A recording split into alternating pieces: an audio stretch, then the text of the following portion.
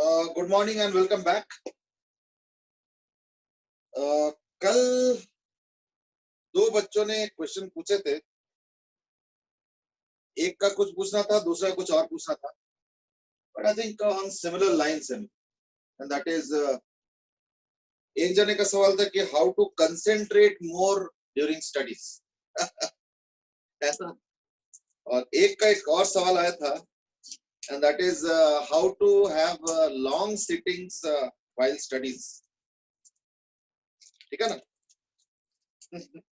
तो जैसे हम लोग रोज बिगिनिंग करते हैं, थोड़ा सा 5-6 मिनट slightly non-academic talk पे, तो maybe we can begin today also with that only. These two questions. One is कि हम concentrate कैसे करें, और दूसरा है कि हम long sittings कैसे manage करें। तो जो second question है वो है long sittings कैसे manage करें। उसके लिए तो मैं बोलूँगा कि long sittings manage नहीं अगर हो रहा है, तो in that case मत करो। long sittings is not a very mandatory thing while studies.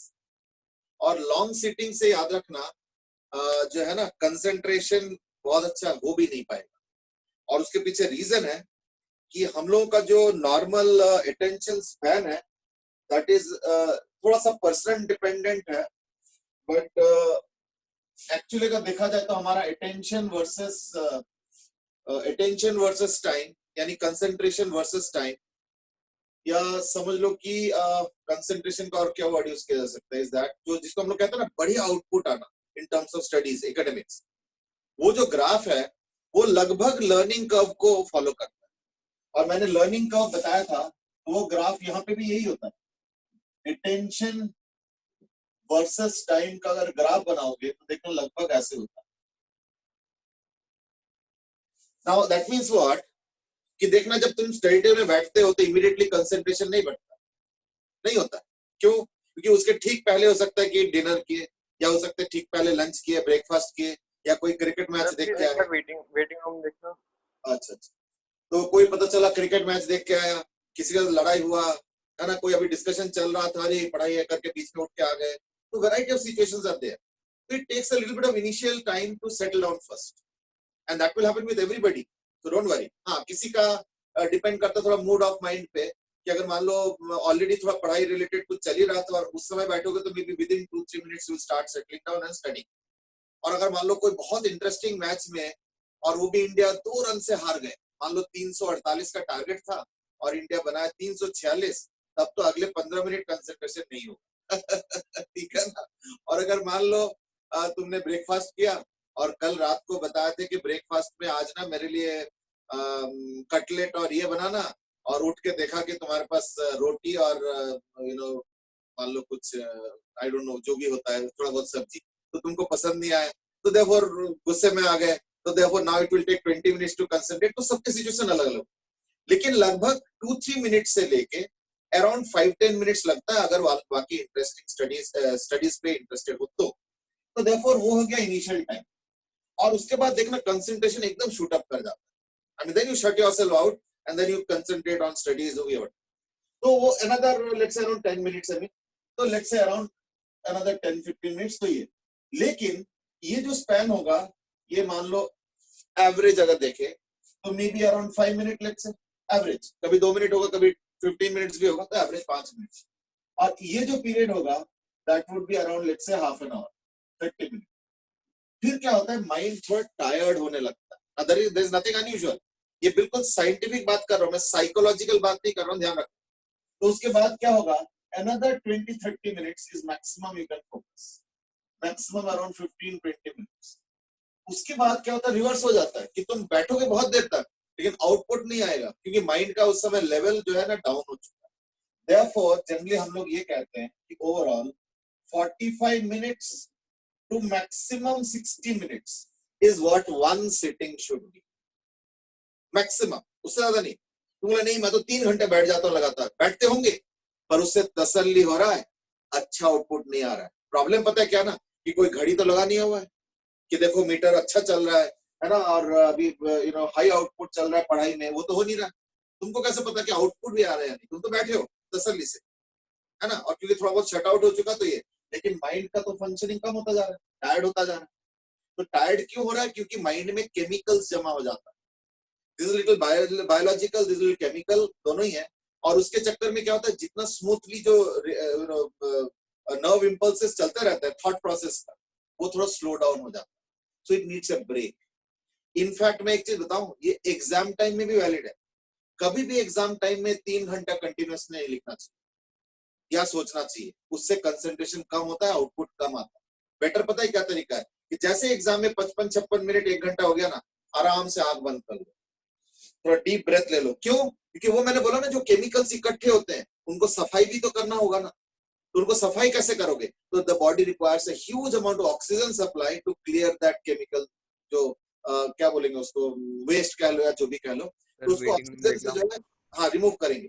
तो ऑक्सीजन के लिए क्या होता है? Deep breath. यानी एग्जाम के टाइम, पढ़ते हुए, हमेशा कोई सा भी एक्टिविटी कर रहे हो, तो अगर कंसंट्रेशन चाहिए तो 45 मिनट्स टू 1 आवर, उसके बाद कंसंट्रेशन डिप होने लगता है, वो तुमको पता चले ना चले। इसलिए deep breath after 45 minutes 1 hour. Generally हम लोग कहते हैं कि 5 to 10 मिनट वॉकिंग ब्रेक ले लो, वो और अच्छा होता है। क्योंकि वॉकिंग एक्सरसाइज से क्या होता है, बॉडी के केमिकल्स और भी प्रोड्यूस होता है, which is actually good for your concentration. तभी बोला जाता है ना कि रोज एक्सरसाइज करो, वॉकिंग करो, जॉगिंग करो, अगर कुछ और हो नहीं पाता है। So this is a part of your academics actually. कई बार हमें लगता है कि ये अलग चीज है और एकेडमिक्स अलग चीज है। नहीं, अगर एकेडमिक्स में ज्यादा अच्छा आउटपुट देना चाहते हो less time, in that case your body needs physically also certain things. So number one is not long sittings but broken up sittings. 45 minute से 1 घंटा, फिर 5 to 10 मिनट ब्रेक, फिर 45 minute to 1 hour, 5 to 10 minute break. देखना brain हमेशा एक अपने peak level पे काम करेगा। तो 4 घंटे में 3 ब्रेक के साथ तुम ज्यादा आउटपुट दोगे compare to even let's say 6 our sitting, क्योंकि तब तक ब्रेन जो है डाउन हो चुका है। तो देयरफॉर ये छोटी छोटी चीजें हैं जो कि मैटर करता है। So therefore somebody who has asked कि लॉन्ग सिटिंग्स कैसे करें, तो मैं तो पहले डिस्करेज कर रहा हूँ कि लॉन्ग सिटिंग्स चाहिए ही नहीं। ब्रोकन अप सिटिंग्स करना, that is the best way of studies. ठीक है, चलो आज के लिए इतना ही। एक और क्वेश्चन आया था, बट देन उसके लिए फिर एक 10 मिनट का डिस्कशन होगा, वो कभी और। ठीक है, मे बी कल करें। तो अटेंशन स्पैन का जो ग्राफ मैंने समझाया, वैसे ग्राफ मेरा फेवरेट टॉपिक है। तो अटेंशन स्पैन के लिए जो ग्राफ का चीज समझाया, ठीक है ना, वो भी ध्यान रखना for your academics as well. ठीक है। अंश ने बोला कि लेकिन पेपर तो 3 घंटे का होता है। यही तो मैंने समझाया कि पेपर 3 घंटे का होता है, तो 1 घंटे के बाद ना बस ऐसे ही 1 मिनट, बस दैट्स इट। फिर शुरू करो, फिर 2 घंटा जैसे खत्म होगा, फिर 1 मिनट का ब्रेक। तो यू माइट से ऐसे तो मेरा 2 मिनट कम निकला हो गया पेपर में। जी नहीं, ऐसे 2 मिनट कम हुआ, लेकिन अगर कंसेंट्रेशन बढ़ता है तो that is effectively getting actually 10-15 minutes extra. तो कई बार होता है कि छोटे लॉस और बड़ा गेन, तो उसको कंपेयर करना हो। ठीक है, 2 मिनट लॉस हो गया, मैं खुद मान रहा हूँ। तो आंख बंद करके अगर ऐसे ऐसे करोगे तो लिख तो नहीं रहे हो, नहीं क्वेश्चन पेपर हाथ में है, तो देखो वो 2 मिनट लॉस हो गया। लेकिन देखना 10 मिनट गेन करो, 15 मिनट गेन करो, in terms of faster ability to think. ये भी तो सोचो, है ना। चलो आज हमने बताया था कि लाइक कल हमने डिस्कस किए थे, we had discussed yesterday 1D motion काफी कुछ। तो मैं एक काम करूंगा, मैं आज तो शायद थोड़ा मैं बिजी रहूंगा। मैं कल जो है ना एक असाइनमेंट भी दे दूंगा, जैसे मैंने और भी टॉपिक्स का दिया था, जैसे डिफरेंशिएशन का दिया था, फिर इंटीग्रेशन का दिया था, वेक्टर का दिया था, है ना। यही दिए थे, आई थिंक और भी तो एक दो दिए थे शायद शुरू में, हाँ बाइनोमियल वगैरह का। तो ऐसे मोशन इन 1D पे भी मैं जो है 1-2 दिन के अंदर एक असाइनमेंट दे दूँ, ठीक है ना। उसको भी फिर ऐसे ही 7-8 दिन 10 दिन लगाओ सॉल्व करने में, and then we will have 1 or 2 discussion sessions also.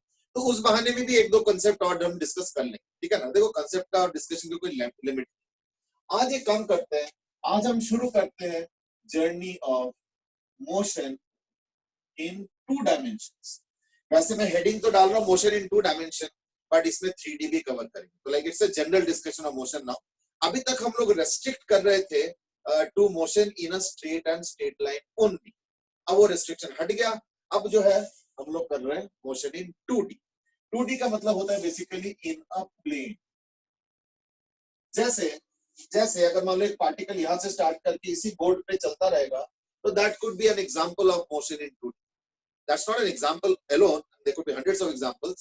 For example, if on the ground, some insect is walking on the ground nicely, तो ये भी मोशन इन अ प्लेन हो गया, तो ये भी एग्जांपल ऑफ 2D हो गया, है ना। एक इंक्लाइन प्लेन है और मान लो उसी इंक्लाइन प्लेन पे कोई इंसेक्ट वगैरह चल रहा है या जो भी है व्हाटएवर, तो that also could be an example. तो vertical plane, horizontal plane, incline plane, ऐसे में अगर एक बॉडी रेस्ट्रिक्टेड होकर मूव कर रहा है विद इन दैट प्लेन, तो that can be categorized as motion in 2D, यानी मोशन इन अ प्लेन। ठीक है। अच्छा, इसमें मोशन इन अ प्लेन में सबसे पहले नंबर 1, डिस्टेंस और डिस्प्लेसमेंट के मैग्नीट्यूड का क्या रिलेशन है, ठीक है ना। जनरली क्या होता है 1D में ना, कई बार हम लोग वेक्टर साइन नहीं लगाते। 1D में हम लोग कई बार वेक्टर साइन नहीं लगाते, हम लोग प्लस माइनस से उसका वेक्टर का एग्जिस्टेंस का डिस्क्रिप्शन करके छोड़ देते। लेकिन 2D में ये लग्जरी नहीं है। 2D में हमें हर चीज को वेक्टर फॉर्म में ही बताना पड़ेगा। तो therefore my question now is mod S और L में क्या रिलेशन है।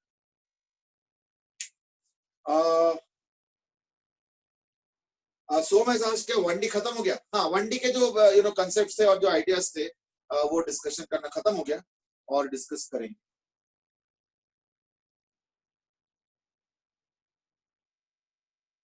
ओके, गर्व है सेठ की साथ में सर आंसर चॉइस भी दे देना।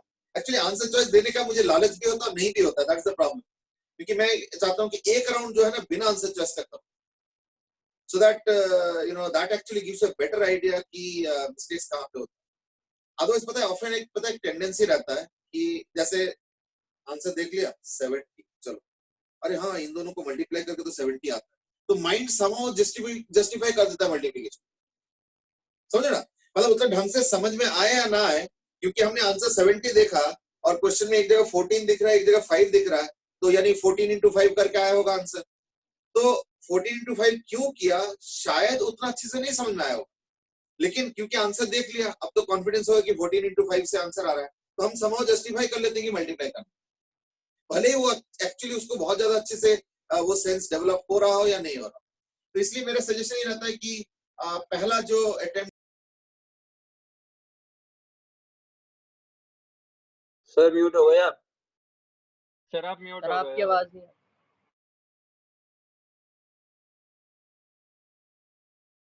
Sir you are on mute.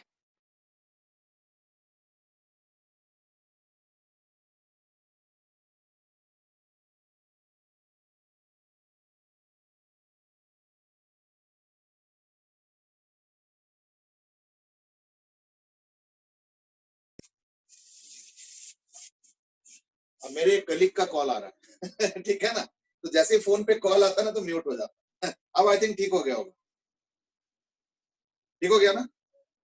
Yes sir. हाँ, वो एक्चुअली जैसे ही कॉल आता है तो अपने आप म्यूट हो जाता है। चलो एनीवे कैरिंग ऑन।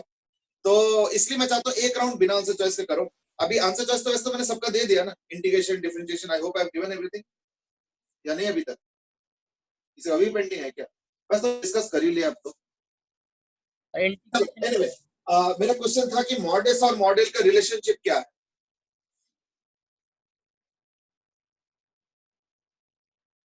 बताओ बताओ जल्दी बताओ, जल्दी बताओ। मॉडेस मॉडल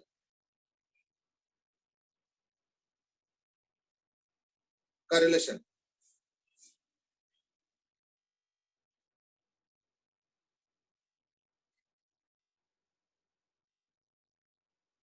ठीक है।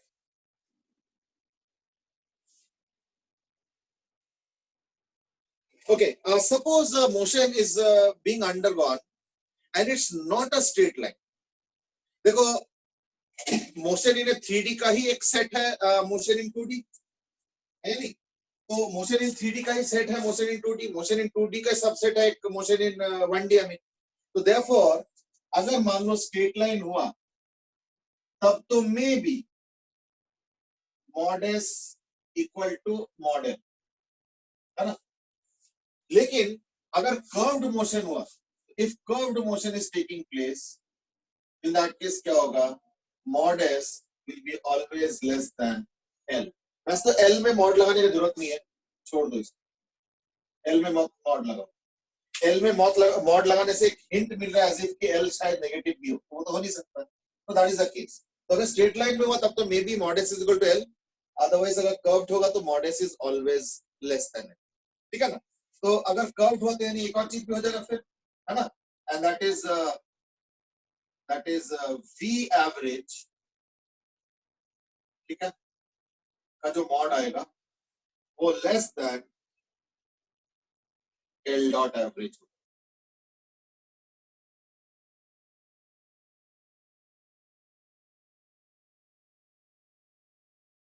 Sir, you are on mute.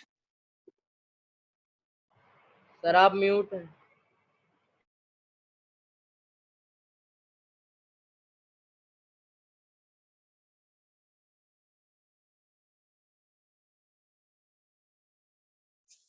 यही प्रॉब्लम ये बीच में कॉल आ जाता है ना। अब इसका एक तरीका, या तो मैं उसको एयरप्लेन प्लेन मोड में डाल दूं, मैं कल देखता हूँ, लेकिन एयरप्लेन प्लेन मोड में पता नहीं ट्रांसमिशन होगा या नहीं होगा, आई डोंट नो, चलो चेक करूंगा। तो लाइक ये हो गया एवरेज वेलोसिटी का magnitude is less than magnitude of average speed, that's the case, ठीक है ना, अगर कर्व हुआ तो। अच्छा, अभी क्वेश्चन आ गया, दैट इज ये आपने मे बी कैसे लिख दिया? मे बी इसलिए लिख दिया क्योंकि हो सकता है कि ऐसे जाके वापस आए, स्ट्रेट लाइन ही तो है, तो स्ट्रेट लाइन में जाके वापस आ रहे, तो in that case mod is less than L भी हो सकता है ना। तो अगर मान लो डायरेक्शन नहीं चेंज हो रहा है, तो यानी ये कब होगा ना, इफ डायरेक्शन इज अनचेंज्ड। अब ठीक है ना? हाँ, वाईफाई तो चलेगा एयरप्लेन प्लेन मोड में, ओनली थिंग इज दैट वो ट्रांसमिशन होगा या नहीं होगा मुझे थोड़ा चेक करना पड़ेगा, नॉट चेक करने, I will check it tomorrow, अभी आज रहने दो, अभी आज एक्सपेरिमेंटेशन नहीं करते हैं। तो ये हो गया मोर और लेस मोशन इन 2D में। अगर कर्व होगा तो ये हो गया, ये हो गया। अब मुझे एक फाइनल क्वेश्चन का आंसर दो, v इंस्टेंटेनियस का मैग्नीट्यूड और l इंस्टेंटेनियस का, l डॉट इंस्टेंटेनियस का मैग्नीट्यूड, इसके बीच का क्या रिलेशन होगा? यहाँ पे ये इंस्टेंटेनियस है, ये भी इंस्टेंटेनियस है।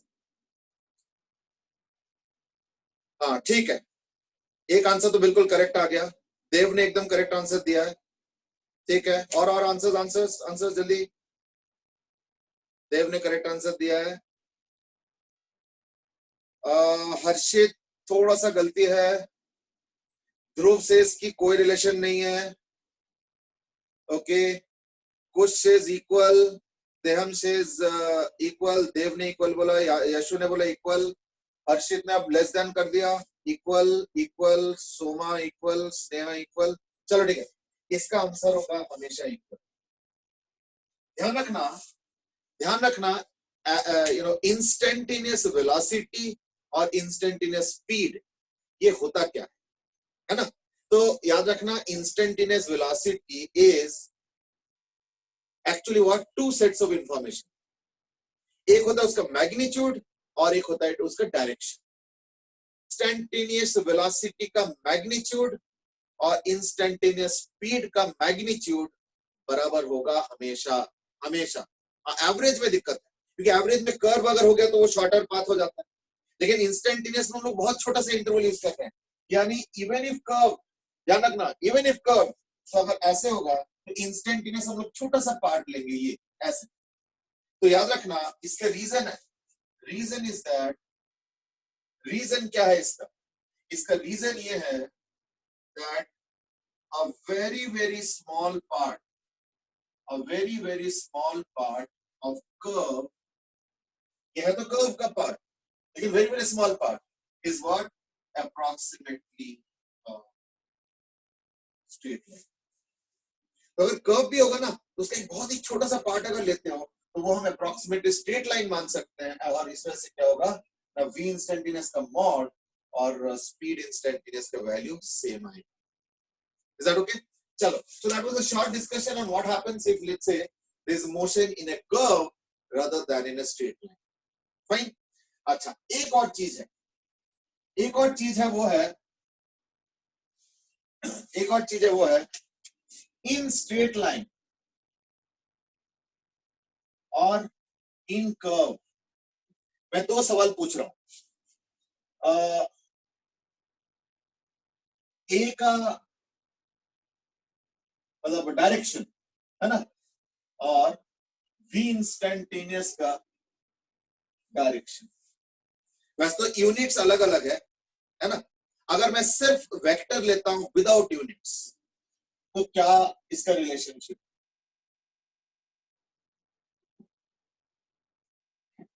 है ना। विदाउट यूनिट्स अगर मैं सिर्फ वेक्टर वाला पार्ट लेता हूं, वैसे तो वेक्टर विदाउट यूनिट्स होता नहीं, बट जस्ट टू कंपेयर, ठीक है ना। तो क्या रिलेशनशिप होगा ये बताओ।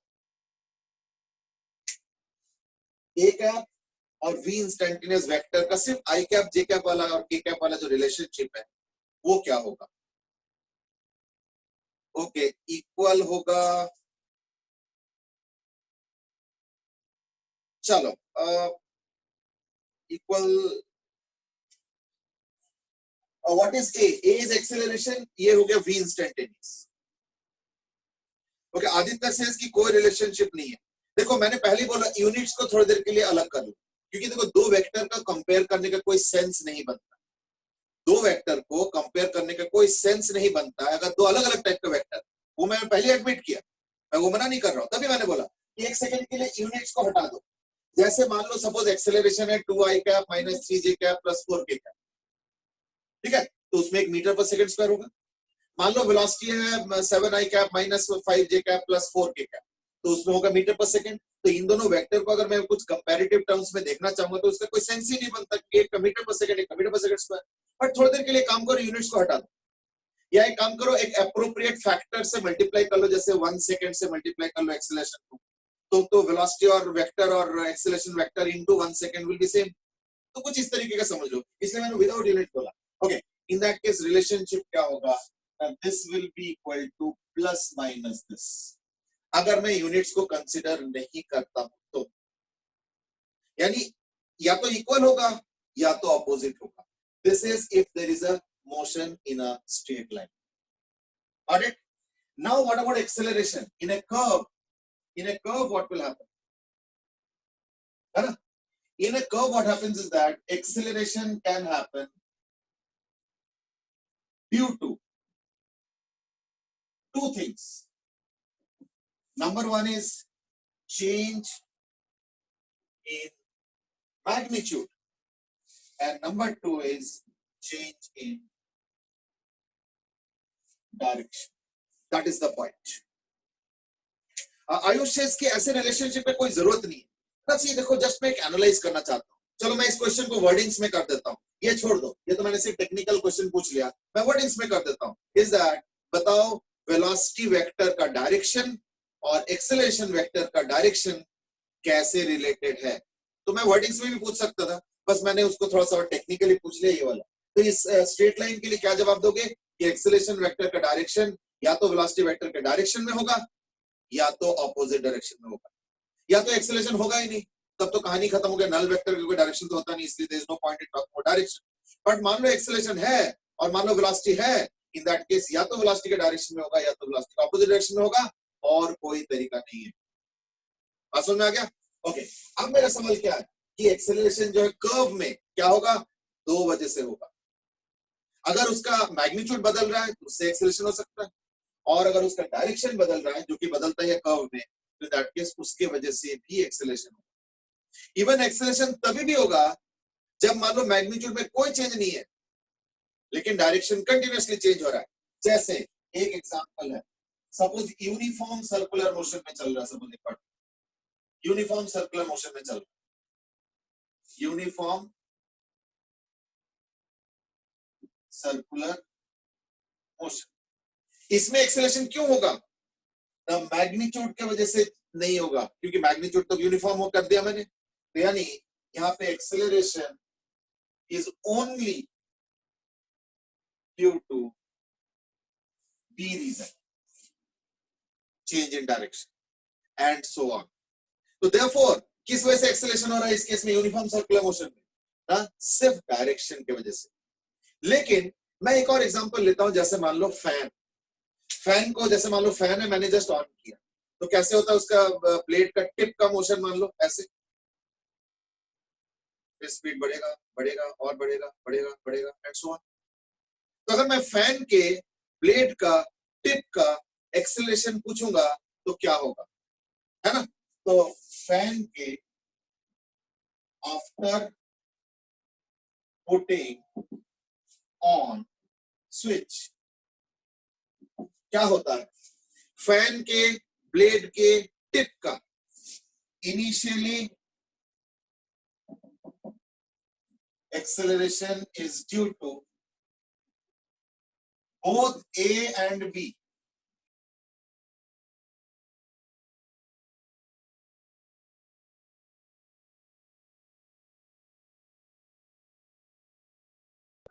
सर दोबारा चले गए आप तो। सर आप म्यूट हो।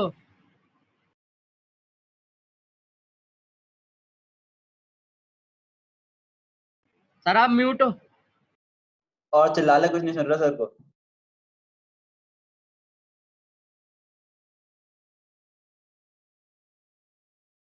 कब तक? जब तक फैन स्विच ऑफ नहीं करते हो। जैसे स्विच ऑफ करोगे फिर से दोनों स्टार्ट हो जाएगा, फिर से जो है डायरेक्शन बदलने की वजह से भी आएगा और स्पीड बदलने की वजह से भी आएगा। उस केस में स्पीड जो है कम होता जाएगा, है ना। तो देयरफॉर मल्टीपल रीजन से जो है या मल्टीपल तरीके से जो है एक्सेलरेशन क्रिएट होता है in case of a curve. One is because of course change in magnitude and the other is because of change in direction. ठीक है ना। तो इसमें हमें जो है काफी डिटेल में एनालिसिस करना है बाद में, तो धीरे धीरे देखेंगे हमें। तो like that is not the agenda right now.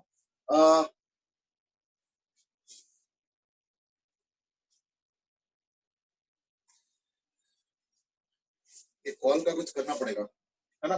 कई बार कॉल आ जाता है तो इनफैक्ट पहले तो पता ही नहीं था कि किस वजह से हो रहा है। एक्सीडेंटल डिस्कवरी था कि कॉल के वजह से होता है। चलो जो भी है, we'll see him.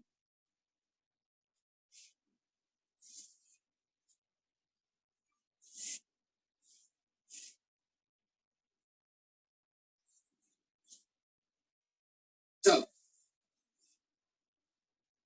let's continue now. Today we are going to talk about what is called as a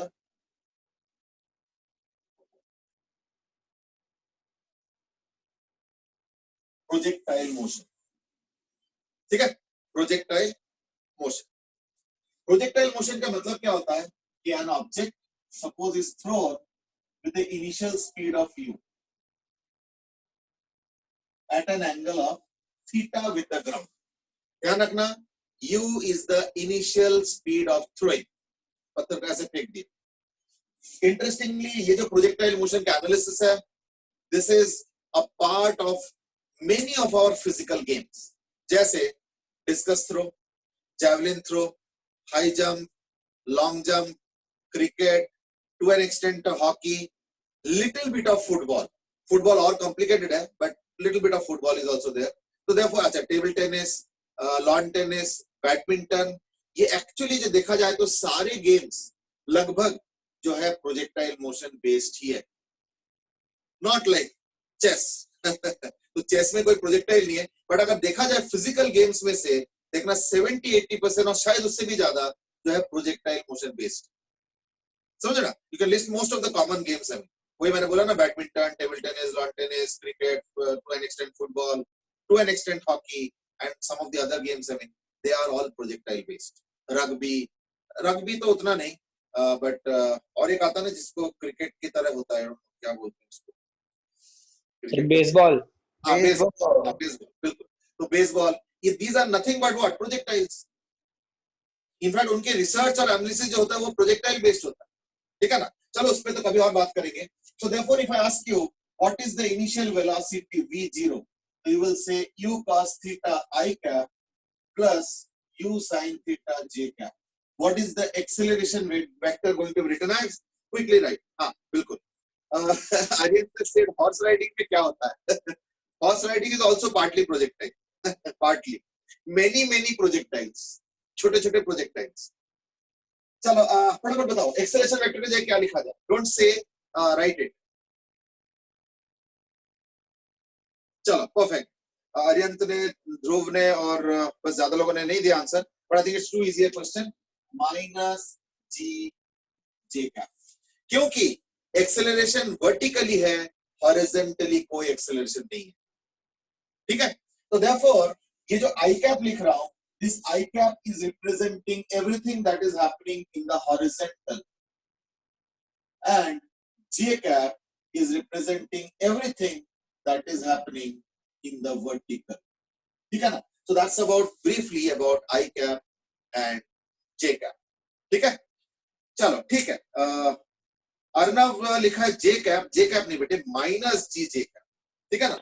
हमने नहीं सर, वो पहले माइनस जी लिखा था, उसके साथ जे कैप लिखना भूल गया था। अच्छा, तो बाद में लिखा है, ठीक है। एक्चुअली ना कुछ मैसेज आते हैं फिर वो ऊपर चले जाते हैं तो दिखते भी नहीं। चलो anyway, so that is acceleration. What about velocity after time t? Please write it down yourself, type करने का जरूरत नहीं है, just write it down. I am going to write it very soon, so then you can compare and also write about displacement after time t in vector terms। तो ये तमाम चीजें जो है लगभग सफिशिएंट होता है हम लोगों के वेक्टर के सॉरी प्रोजेक्टाइल के वेक्टर के डिस्क्रिप्शन के, मोर लेस दिस सफिशिएंट है ना। तो I am just giving half a minute कि vt का एक्सप्रेशन लिखो इन terms of i cap j cap, और st यानी डिस्प्लेसमेंट आफ्टर टाइम t का एक्सप्रेशन लिखो इन terms of i cap and j cap, ठीक है ना। तो अगर मैं ऐसे करके प्रोजेक्टाइल बनाता हूं, दिस वुड बी रफली द प्रोजेक्टाइल। जैसे मान लो यहाँ पे सपोज पार्टिकल है, तो उसका जो वेलोसिटी है दैट इज vt, ठीक है ना। और उस वक्त जो वो है क्या बोलते हैं, ये है st,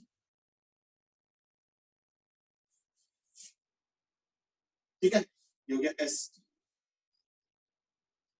तो ये हो गया point P at this the starting point, let's call it as origin O, और पॉइंट P हो गया the projectile position after some time, that's point P, ठीक है। I am sure you must have already written the answer, एक दो जन तो answer देना भी शुरू कर दिया, भव्य एंड ऑल। इतना जरूरी नहीं था बट एनीवे कोई बात नहीं, अच्छी बात है। u cos theta i cap plus u sin theta minus gt j cap. इस बार जो एक्सेलरेशन है प्रोजेक्टाइल में वो सिर्फ डाउनवर्ड्स है, हॉरिजॉन्टली कोई एक्सेलरेशन नहीं है। इसलिए देखा होगा हॉरिजॉन्टल वेलोसिटी स्टार्टिंग में भी u cos थीटा है और बाद में भी u cos theta, so simple. अब आ जाओ डिस्प्लेसमेंट आफ्टर टाइम, ये क्या हो जाएगा u cos theta into t i cap plus u sin theta into t minus half gt square j cap, ये देखो, ठीक है ना। सो दैट्स द, ठीक है, दैट्स राइट। अच्छा, अब इसके ऊपर कुछ कंक्लूजन्स करना चाहेंगे। देखा जाए तो we have almost done projectile complete. देखा जाए तो प्रोजेक्टाइल का कंप्लीट एनालिसिस हो चुका है, तो हम इस टॉपिक को खत्म भी कर सकते हैं। क्यों? अब जो भी हम इस पे डिस्कशन करेंगे कहीं ना कहीं देखना इन्हीं में से कोई ना कोई तार जुड़ेगा। तो देखा जाए तो technically speaking we have completed and close the discussion on projectile. लेकिन क्वेश्चंस एकदम से डायरेक्टली नहीं होता, उसके ऊपर थोड़ा सोचना पड़ता है। So that is why we are going to still continue this topic maybe for 1 or 2 more days, 2-3 more days. But originally speaking, technically speaking, this is the complete description. We don't need anything else. But चलो कोई नहीं, करते हैं। Number 1 एक question मैं देना चाहूंगा जो कि अभी इमीडिएटली जो हमने डिस्कस किया उससे हो जाए, and that is सपोज एक प्रोजेक्टाइल को मैंने 50 मीटर पर सेकंड से थ्रो किया, और ये जो थीटा है, बाय द वे थीटा क्या है, theta is the initial angle, ठीक है ना। तो ये है, तो जनरली इसको हम लोग लिखते हैं थीटा नॉट, यानी इनिशियल एंगल को थीटा लिखते हैं, कोई दिक्कत नहीं, ठीक है ना। u is the initial speed, तो किस एंगल पे थ्रो किया गया, theta angle with the horizontal theta. अच्छा, u 50 हो गया, theta is suppose equal to 53 degree. Okay, so now question number 1. Question number 1 is find out the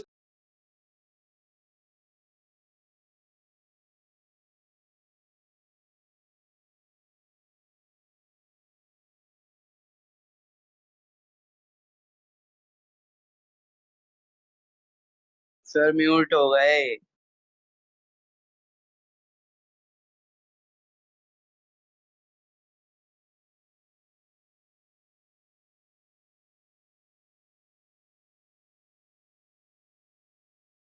now alpha is the angle of, sir आप mute हो गए थे। हाँ वो मुझे लग रहा है आज का, वो एक्चुअली बार बार कॉल आ रहा है शायद। चलो अब ठीक है ना।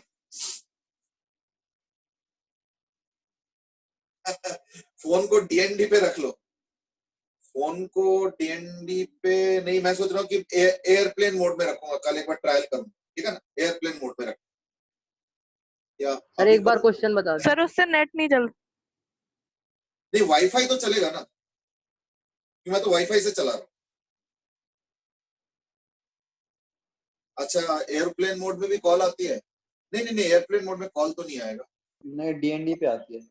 हाँ हाँ अच्छा डीएनडी पे आएगा। हाँ वो है कि एयरप्लेन मोड में कहीं पूरा सिस्टम ही ना बैठ जाए, यही मैं डर रहा हूँ, इसलिए मैं आज नहीं कर रहा हूँ, कल देखेंगे। अच्छा anyway what is alpha angle of elevation, तो ये तो बता दिया, ये सब क्या है। तो these are I think obvious question, I don't think I have to mention this. Delta v2 means change in velocity in 2 seconds, delta theta 2 means change in angle after 2 seconds, delta s2 means displacement in 2 seconds, and alpha 2 means angle of elevation after 2 seconds. तो these are obvious questions, अगर नहीं भी सुनाई दे होगा तो कोई बात नहीं। ठीक है ना। आर्यन सेज कि वीडियो आज क्लियर नहीं है।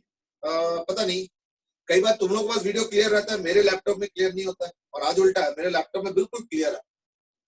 अब आई डोंट नो क्या, कई बार टेक्नोलॉजी इज नेवर 100% परफेक्ट। क्या करें, है ना। चलो बड़ा क्वेश्चन निपटाओ। एंगल दे रखा है इनिशियल 53 डिग्री, u 50 मीटर पर सेकंड। 2 सेकंड में ये चीजें निकालना है, चार चीज, जल्दी करो। तब तक जो है ना इस बहाने में अटेंडेंस ले लेता हूँ।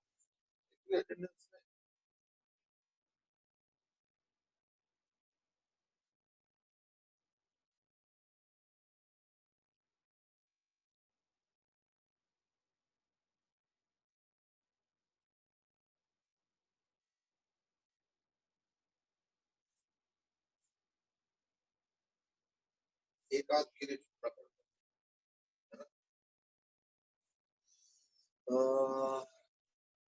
Aditya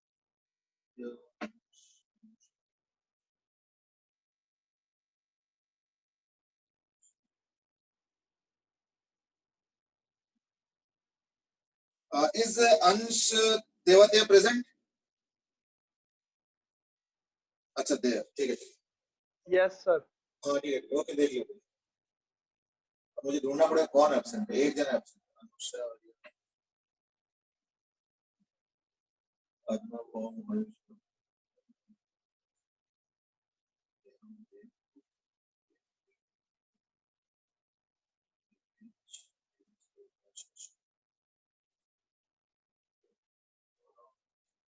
is Gaurang there? गौरांग शायद एब्सेंट है। गौरांग नॉट देयर, चलो ठीक, तब तो आसान हो गया, ढूंढ लिया मैंने कौन एब्सेंट है।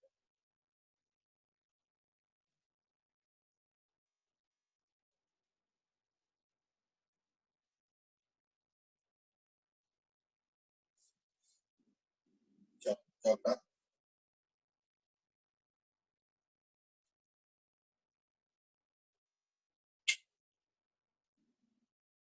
चलो फटाफट सॉल्व करते हैं इसको। पहले तो delta v2, actually delta v2 के लिए मुझे v2 निकालने की कोई जरूरत नहीं है, क्यों? क्योंकि वो तो एक्सेलरेशन इनटू टाइम होगा, तो एक्सेलरेशन तो -g है, यानी -10 है, इनटू टाइम 2 सेकंड्स, तो यानी पहला क्वेश्चन का तो आंसर हो गया -20g। ठीक है ना, डेल्टा v2, क्योंकि x वाला तो चेंज होता नहीं है ना, सिर्फ y वाला चेंज होता है, तो -gt वाला पार्ट होगा बस चेंज, और तो कुछ नहीं।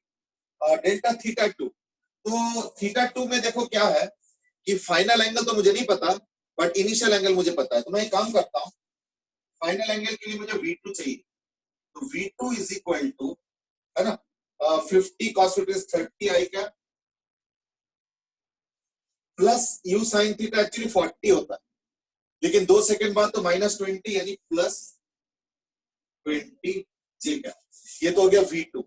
और s2 भी निकाल ही लेते हैं, चलो ठीक है, इसी बात है, तो s2 हो जाएगा u cos थीटा यानी 30 into 2, है ना, 2 यानी 60 आई क्या, plus u sin theta into t, तो वही वर्टिकल वाला। अच्छा वर्टिकल वाले में फिर हम वो शॉर्टकट लगा सकते हैं, कैसे ना, क्योंकि 53 डिग्री है तो वर्टिकल वाला हो गया 40, है ना, तो 40 का मतलब एवरेज हो जाएगा 35, कि 40 होगा तो एक सेकंड बाद 30, तो यानी 35 एवरेज हो गया, उसके अगले सेकंड में एवरेज क्या होगा 25, तो 35 प्लस 25 क्या होगा 60, तो यानी हो जाएगा +60 जी क्या। ठीक है, इनको देख लो, फाइन। तो मैंने बेसिकली वो वर्टिकल मोशन, वो जो 10-10 का रिडक्शन है और एवरेज वाला चीज है, उसका फायदा उठा रहा हूँ कि वर्टिकल वाला ये वाला है, वर्टिकल वाला सॉरी ये वाला डिस्प्लेसमेंट। तो इसको पूरा कैलकुलेट ना करके हमारे पास जो हमने डिस्कस किया था ना वो 10-10 वाला, तो वो मैंने यूज करके डायरेक्टली कर। चलो तो अभी 2 क्वेश्चन का आंसर होगा थीटा डेल्टा थीटा 2। तो V2 कितना हो गया, tan इनवर्स ऑफ 2/3। तो यानी आंसर आएगा tan inverse 2/3 minus 53 degree.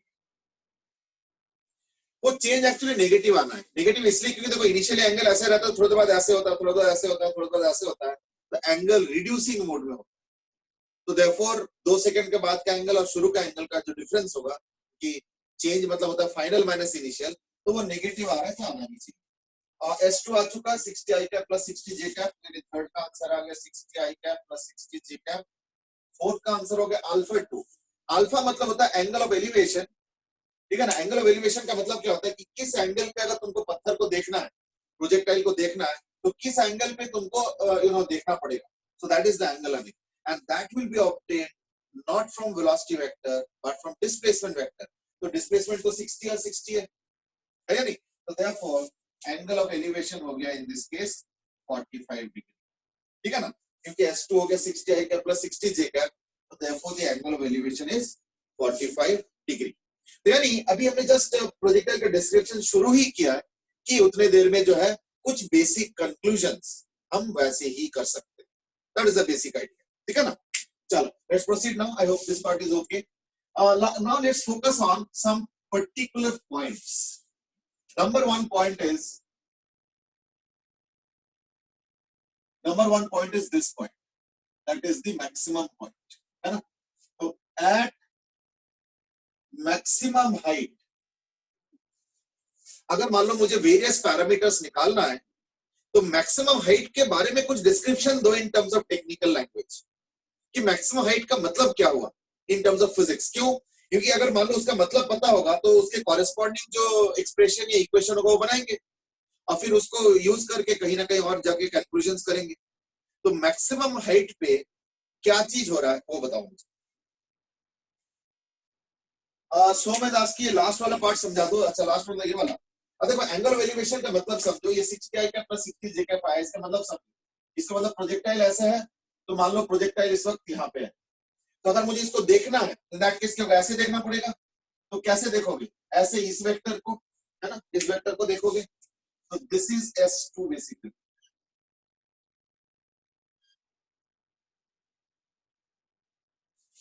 This is S2 vector. तो S2 वेक्टर कितना, 60i का प्लस 60j का। मैं फोर्थ क्वेश्चन का आंसर दे रहा हूँ, ये एंगल वैल्यू। तो 60i का प्लस 60j का, तो 60 और 60, तो एंगल क्या होगा 45 डिग्री। यानी इस वक्त अगर प्रोजेक्टाइल को देखना है, तो एक्चुअली देखो प्रोजेक्टाइल जो हम देखते हैं तो क्या होता है, प्रोजेक्टाइल मान लो यहाँ से फेंका है ऊपर की तरफ, फिर नीचे जाएगा, तो हमें क्या करना पड़ता है, ऐसे देखना पड़ता है, पहले यूं, फिर ऐसे जाता है और फिर ऐसे करके नीचे आता है। तो अगर किसी भी वक्त प्रोजेक्टाइल को देखना है तो मुझे अपने आंखों को जिस एंगल पे रखना पड़ रहा है, that is the idea of angle of elevation. मैं थोड़ा साइड से दिखाता हूँ। तो प्रोजेक्टाइल अगर यहाँ से स्टार्ट किया, मान लो ऐसे जाके यूं आया, तो दैट केस क्या होगा, मुझे ऐसे करना पड़ेगा, गर्दन पहले यूं और फिर ऐसे। तो एंगल ऑफ एलिवेशन यूं ऐसे हुआ और फिर ऐसे हो रहा है। तो मैं इस फिंगर को, टिप को फॉलो कर रहा हूँ। तो देखो ऐसे, ये देखो ऐसे और फिर ऐसे। तो वो एंगल ऑफ एलिवेशन वेरी करेगा, पहले बढ़ेगा और फिर बाद में घटेगा। तो किसी इंस्टेंट पे 2 सेकंड पे पूछा एंगल ऑफ एलिवेशन, तो वो डिस्प्लेसमेंट वेक्टर से निकलेगा, ये ध्यान रखना। That's it. At maximum height velocity along y axis equal to 0। ठीक है, दैट्स अ गुड आइडिया। और कुछ? मैक्सिमम हाइट पे इनिशियल वेलोसिटी का वर्टिकल कंपोनेंट 0 हो जाएगा।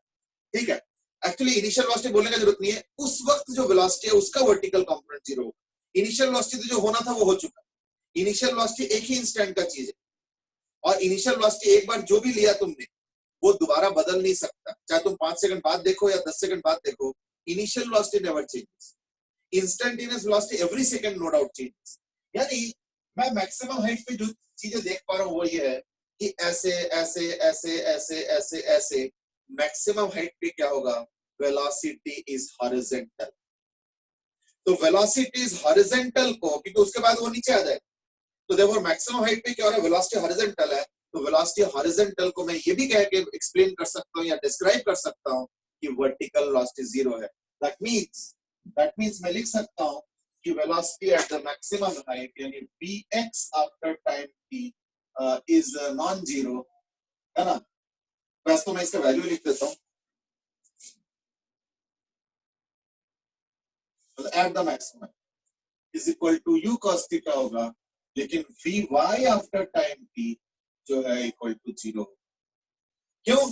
क्योंकि वेलोसिटी इज प्योरली हॉरिजॉन्टल का मतलब वर्टिकल नहीं।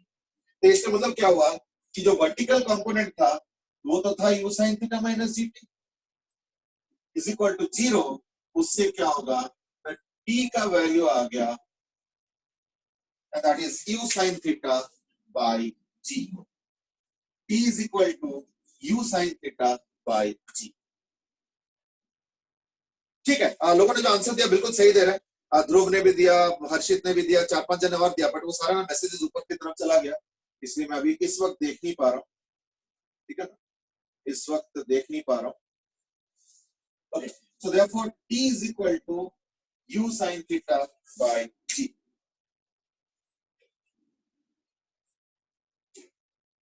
सर vxt और vyt का मतलब क्या है? मेरा कनेक्शन चले गया था।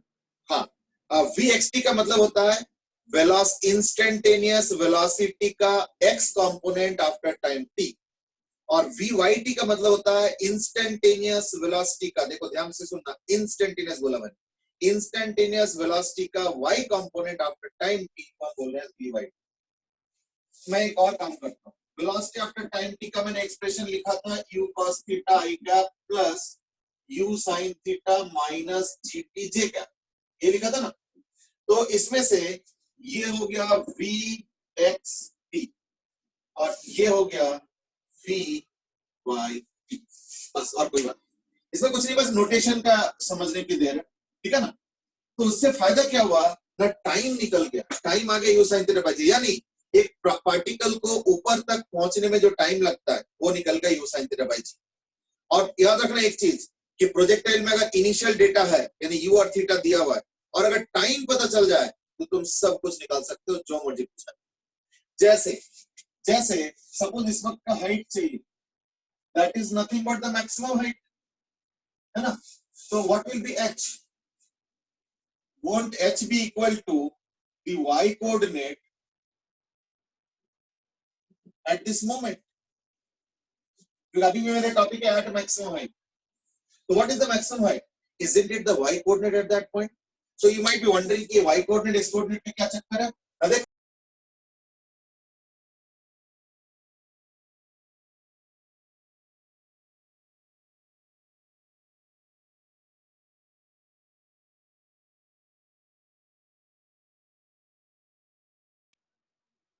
सर लिखते रहो आप। सर आप म्यूट हो। सर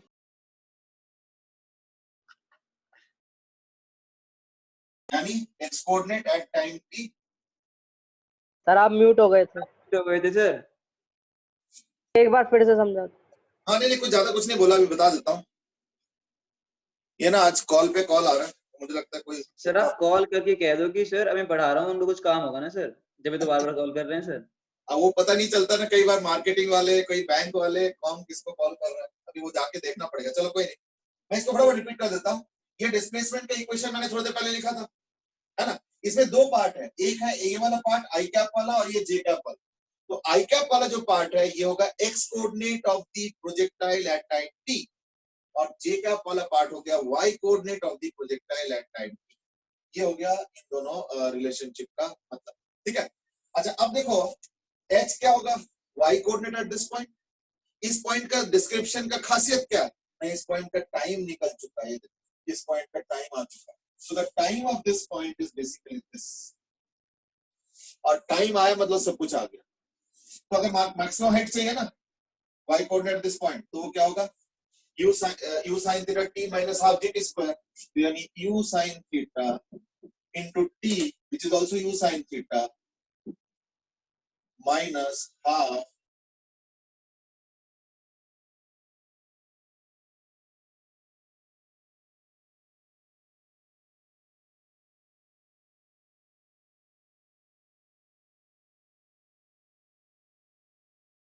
सर दोबारा गए आप तो।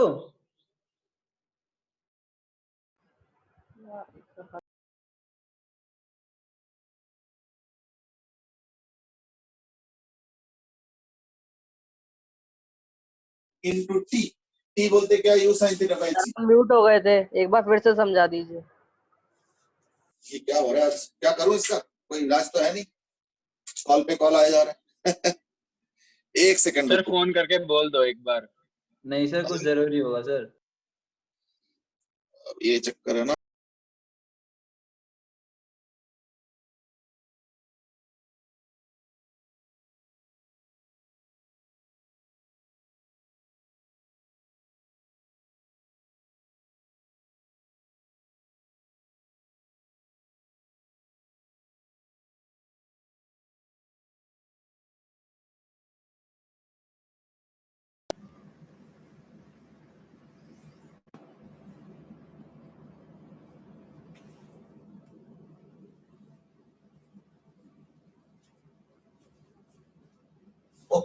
अब एक बार बात तो कर लिया, अब देखो चलो ठीक है। तो लाइक एक्स टी आ गया क्या ना, you cos theta into T, तो यू कॉस इंटू टी तो ये है, ये हो गया। तो कई बार इसको ऐसे लिख देते हैं हम लोग 2/2। उसके पीछे रीजन है कि 2 साइन थीटा कॉस थीटा क्या होता है, हमने पढ़ा है, साइन 2 थीटा। तो कई बार इसको लिखा जा सकता है u square sine 2 theta by 2g। और नहीं तो u square sine theta cos theta by g, वो भी सही है। बट कई बार हम लोग साइन 2 थीटा के फॉर्म में लिखना चाहते तो ऐसे कर सकते हो, अदरवाइज उसको जैसे है वैसे ही रहने। तो मैंने सिर्फ ऊपर नीचे 2 से मल्टीप्लाई कर दिया। So these are the following things that we can get for this particular point. उस पॉइंट का एक्स कोऑर्डिनेट, उस पॉइंट का वाई कोऑर्डिनेट, उस पॉइंट का वेलोसिटी वगैरह सब आ चुका है। एक गेस मैं और करना चाहता हूं, एंड दैट इज, क्योंकि हमने जब वर्टिकल मोशन पढ़ा था, है ना, तो हमने एक चीज देखा था कि वर्टिकल मोशन में जितना जाने का टाइम होता है उतना ही आने का टाइम होता है, यानी आने और जाने में एक सिमेट्री है। तो वो चीज तो इसमें भी हो सकता है, जाने का टाइम और वापस आने का टाइम अगर सिमेट्रिकल हुआ, अगर मैं इस पे विश्वास करूं, तो विश्वास करना कोई जरूरी नहीं है, बट अगर मान लो विश्वास कर लो, तो इन दैट केस एक और कंक्लूजन कर सकते हैं कि यहां से यहां तक जितना लगा उतना ही और आगे जाएंगे। तो इन दैट केस ये जो पॉइंट का ड्रॉपिंग वाला पॉइंट है, इसको हम लोग बोलते हैं R. So this R is called horizontal range, इसको बोला जाता है। तो इन दैट केस मैं एक गेस कर सकता हूं। अब इस मेरे गेस पे भरोसा करो नहीं करो, इट्स योर चॉइस। मैं कभी भी कोई गेस को जो है प्रोमोट नहीं कर रहा हूं, बट एक रीजनेबल फीलिंग आ रहा है कि जितना दूर यहां तक गया उतना ही दूर वापस आएंगे। तो अगर ऐसे कुछ होता है तो इन दैट केस हम उसको डबल करके निकाल सकते हैं। So therefore I can guess that range, इसको हम लोग बोलते हैं हॉरिजॉन्टल रेंज, जहां पे जाके गिरा, यानी बेसिकली एक्स कोऑर्डिनेट, और कोई बात नहीं। तो रेंज कितना हो जाएगा ना, इसका डबल है ना, क्योंकि यहां तक का एक्स कोऑर्डिनेट आ चुका है, तो उसको डबल कर रहा हूं मैं। तो यानी ये बन जाएगा, अगर इसके फॉर्मेट में लिखना चाहते हो तो in that case u square sine 2 theta by g. और नहीं तो अगर इसके फॉर्मेट में लिखना चाहते हो तो इन दैट केस हो जाएगा 2u square sine theta cos theta by g. So these are some of the things that we can find out by using the vector equation of a projectile pretty quickly. हो गया ना? Now that is about your highest point. ये जो भी analyse किया ना वो highest point के लिए था, और उसको यूज करके हमने गैस भी कर रखा है एडवांस में। दिस यू मे और may not believe, I would welcome both of them. अगर बिलीव करते हो तो मोस्ट वेलकम, बिलीव नहीं करते हो तो भी मोस्ट वेलकम, ठीक है। लेकिन मैं अब सब्जेक्ट बदलना चाहता हूं in the sense that I want to analyze now what would happen at the landing point. ये है लैंडिंग पॉइंट, मैं इस पे एनालाइज करना चाहता हूं क्या हो रहा है, ठीक है ना। तो इस पे ये हो रहा है कि लैंडिंग पॉइंट का क्या खासियत है बताओ। जैसे हाईएस्ट पॉइंट का बताया था लोगों ने, और सही बताया था कि उस समय वेलोसिटी हॉरिजॉन्टल हो जाता है, यानी उसका एक और तरीका है कहने का कि हाईएस्ट पॉइंट पे वेलोसिटी प्योरली हॉरिजॉन्टल है, यानी वर्टिकल कंपोनेंट नहीं है। अब बताओ लैंडिंग पॉइंट का ऐसे कोई खास बताओ। हाँ जी, लैंडिंग पॉइंट का कोई स्पेशलिटी बताओ। लैंडिंग पॉइंट ऐसे ही okay, now this is an interesting answer, मैं इसको थोड़ी देर बाद बताऊंगा, अभी देखता हूं और क्या आंसर्स आ रहा है। लैंडिंग पॉइंट का, ठीक है, दो अच्छे आंसर्स आए, वो अलग बात है कि वो बहुत ज्यादा यूजफुल नहीं है, बट ठीक है, आंसर अच्छा आ रहा है, करेक्ट भी आ रहा है, लेकिन बहुत ज्यादा यूजफुल नहीं है, तो may B you can rethink away. अंश और अरियंत ने आंसर दिया है, अभी श्रेयसी ने भी आंसर दिया, that is magnitude initial final vector velocity same आएगा। चलो ठीक है, now let me, same angle होगा, ओके, चलो ठीक है ठीक है ठीक है, ठीक है। आई थिंक यशु के जो आंसर है वो, आई थिंक एक्चुअली करेक्ट तो सब लोग बता रहे हो, पर यशु के आंसर मोर रेलिवेंट है, इसलिए मैं बता रहा हूं, नथिंग कि वो गलत है और सही है, बाकी सब रेलिवेंट है। ओके देखो, मेनली जो आंसर है वो मैं बता देता हूं, इज दैट, पहली बात तो इनिशियल वेलोसिटी का मैग्नीट्यूड और जिस वक्त ड्रॉपिंग कर रहा है या टच कर रहा है ग्राउंड को, उसके ठीक पहले वेलोसिटी का मैग्नीट्यूड बराबर होगा, दैट्स द फर्स्ट गेस, बिल्कुल सही बोला। एक और चीज भी आया कि इनिशियल एंगल जो भी था, ये एंगल थीटा, उसी एंगल पे आएगा, लेकिन एक हो गया एक्स एक्सिस के साथ एंटी क्लॉकवाइज, एक एक्स एक्सिस के साथ क्लॉकवाइज, ठीक है, बिल्कुल सही बात है। मैग्नीट्यूड सेम रहेगा, वो भी सही है, एंगल सेम रहेगा, वो भी सही है, सेम एंगल होगा हॉरिजॉन्टल के साथ, वर्टिकल के साथ, वो भी सही है, ठीक है। यशु का आंसर मैं क्यों ज्यादा एक्सेप्ट कर रहा था, क्योंकि वो भी सही आंसर दे रहे हो, तुम लोग भी सही आंसर दे रहे हो, लेकिन उसका आंसर ज्यादा रेलेवेंट है, and that is at landing point. At landing point क्या हो रहा है ना, उसका हाइट 0 है, that means yt is equal to 0 आएगा, ये जो yt, क्यों, क्योंकि लैंडिंग कहां पे किया है, एक्स एक्सिस पे, और हमें पता है कि एक्स एक्सिस पे y कोऑर्डिनेट 0 होता है, तो अगर y कोऑर्डिनेट 0 होता है, इन दैट केस क्या होगा, ये पूरा चीज 0 होगा, है या नहीं। So therefore u sin theta into t minus half gt square अगर 0 होता है, तो इससे क्या होगा, t आ गया, and that is 2u sin theta by g। अब चेक कर लो,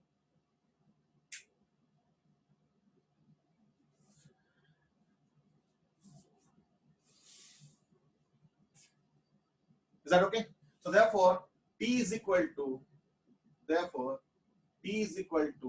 2u sin theta by g, ठीक है, please check.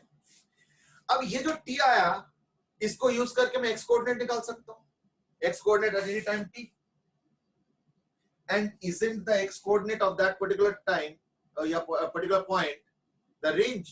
So therefore horizontal range is equal to xt, इस वाले time is equal to u cos theta into t, is equal to u cos theta into t बोलते 2u sin theta by g is equal to 2u square sin theta cos theta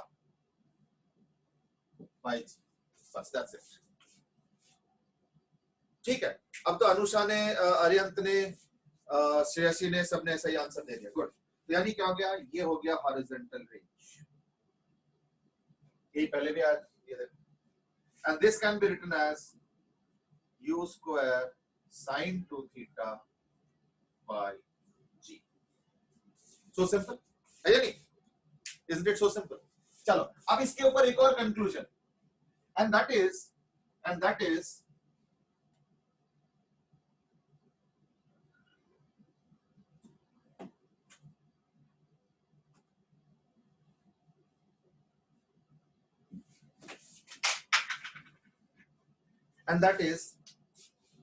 अगर मान लो मेरे पास suppose एक वो है, जैसे आजकल देखा होगा क्रिकेट प्रैक्टिस के लिए आजकल यूज करते हैं, देखना, बॉल, और एक मशीन आता है जो कि बॉल को फायर करता है।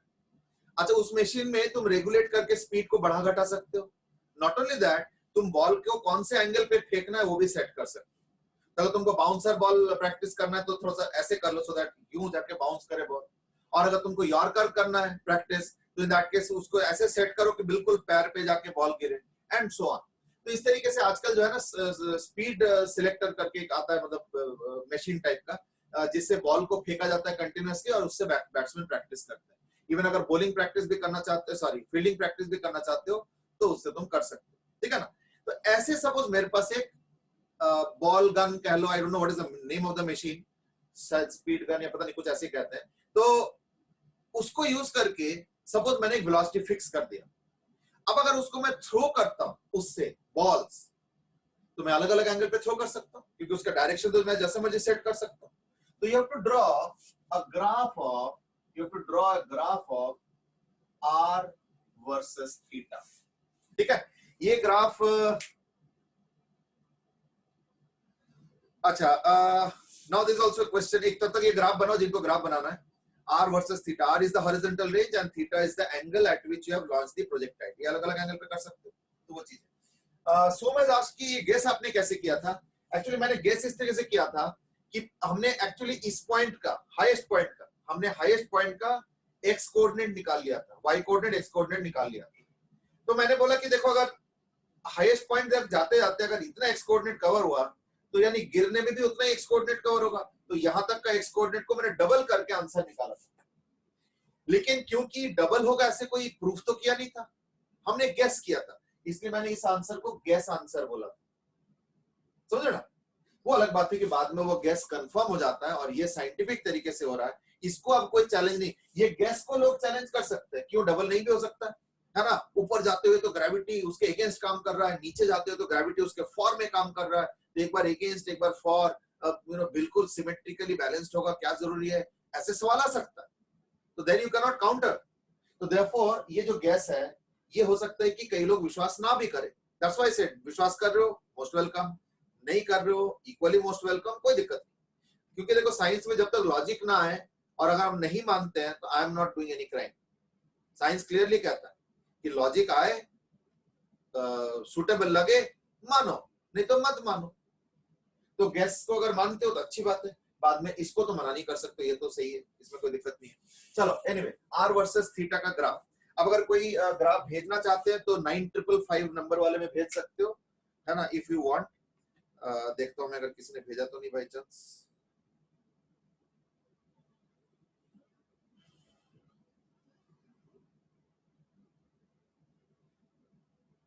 नाइन 9555 में अगर भेजना चाहते हो। चलो अभी श्रेयस ने एक आंसर भेजे हैं एंड बिल्कुल सही आंसर भेजे हैं, एंड अंश ने भी एकदम सही आंसर भेजे हैं, एंड ठीक बिल्कुल, क्योंकि ये जो है ना साइन 2 थीटा का ग्राफ है, तो देयरफॉर ये ग्राफ ऐसे हो जाएगा।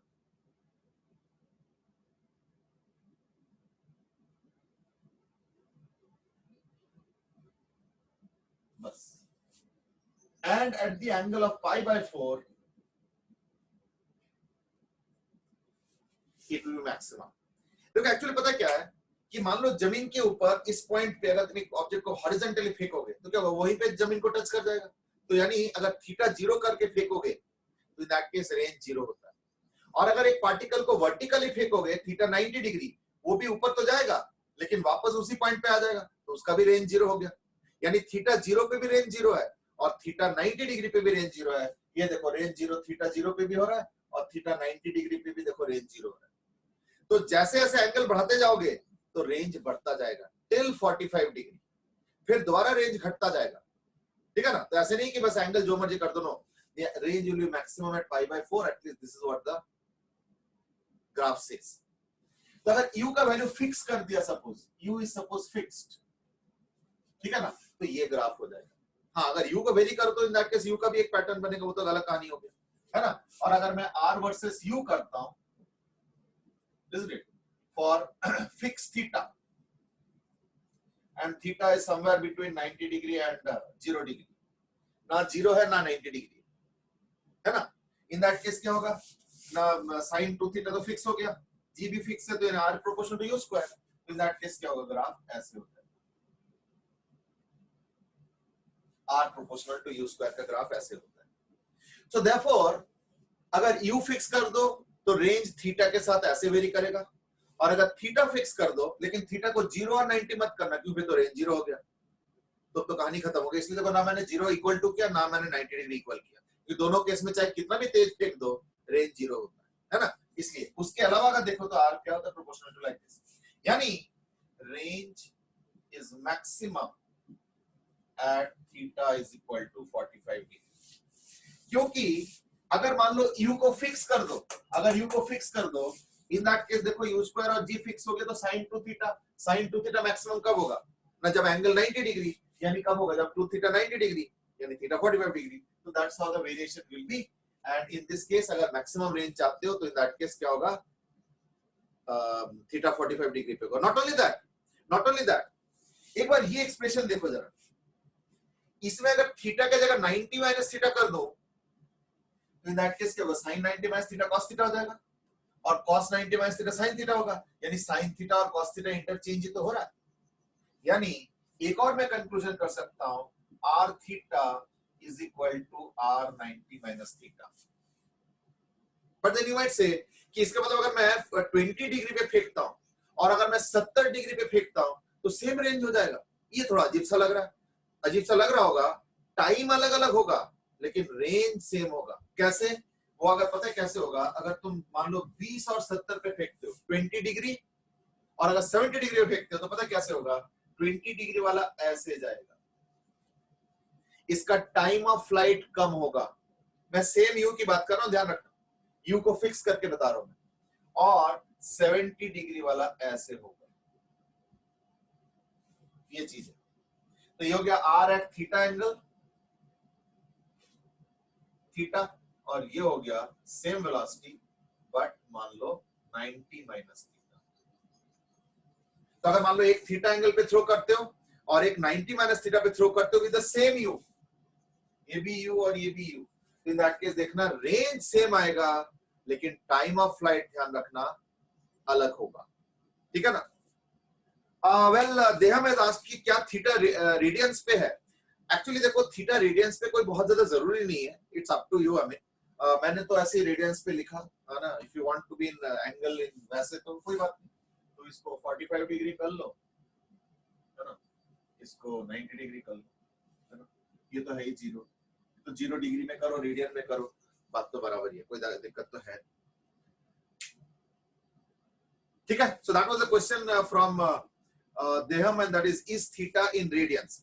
चलो अभी हमने क्या किया, आज प्रोजेक्टाइल का मोरलेस एक बेस बना दिया कि प्रोजेक्टाइल होता क्या है, और प्रोजेक्टाइल में जो 2-3 चीजें हैं, एक्सेलरेशन, वेलोसिटी, डिस्प्लेसमेंट, उनके वेक्टर फॉर्म क्या होता है और उससे जो है हम क्या क्या कंक्लूजन्स कर सकते हैं। तो हमने मेनली 2 पॉइंट पे फोकस किया, एक है एट हाईएस्ट पॉइंट और एक हो गया at the landing point. But obviously these are not the only 2 points of focus, अभी और कई सारे चीजें हैं जो कि हम लोग प्रोजेक्टाइल कंटेक्स्ट में डिस्कस करेंगे। But yes, the basics of projectile is those 3 equations, a is equal to minus g j cap, v is equal to u cos theta I cap plus u sin theta minus bracket में gt j cap, and displacement at time t is equal to u cos theta into t I cap plus bracket में u sin theta minus u sin theta t minus half gt square bracket close j cap। तो ये जो 3 equations है यही actually projectile का base है, इसके आगे इन्हीं के ऊपर बेस करे कंक्लूजन्स। तो ये जितने भी हमने किया है, ये किया है या इवन ये भी किया है, ये उन 3 इक्वेशंस के बलबूते फर्दर डिस्कशन करके कंक्लूजन्स किया और कुछ नहीं, इंक्लूडिंग द लास्ट वन जो हम लोग कर रहे हैं, and that is for a given u, है ना, इफ u इज फिक्स्ड, ध्यान रखना है, if u is fixed then the range at theta angle will be also equal to the range at 90 minus theta angle। ठीक है, चलो आज के लिए इतना ही करते हैं, फिर we will carry on in tomorrow's session, projectile motion only, so we will be taking up more situations of projectile, but that's tomorrow। ठीक है सर, हाँ बेटे, सर एक डाउट था कि आपने h को रेंज मतलब डबल क्यों लिया, उसके range?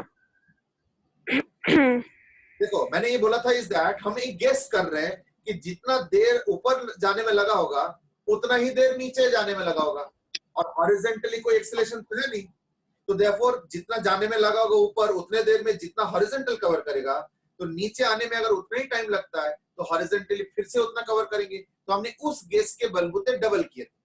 Now if you let's say very convinced कि नहीं हमें डबल का कन्विंस नहीं लग रहा, मैंने पहले ही बोला मोस्ट वेलकम, इसलिए हमने दूसरे तरीके से भी किया, है ना, इस पे तो कोई कन्विंसिंग करने में कोई प्रॉब्लम नहीं। क्यों? ये तो दिख रहा है हमें कि ये वाई कोऑर्डिनेट वहां का 0 होगा, और उसके बलबूते किया।